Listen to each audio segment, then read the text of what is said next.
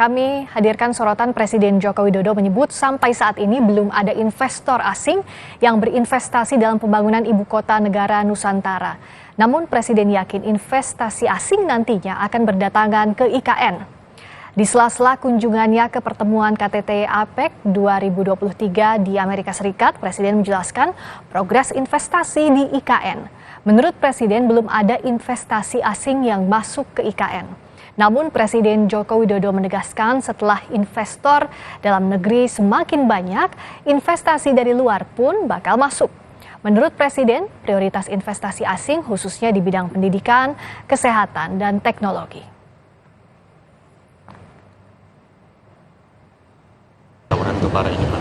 Sejauh ini progres investasi asing di IKN, Pak, untuk keberlanjutan pembangunan IKN seperti apa, Pak? Sampai saat ini belum ada.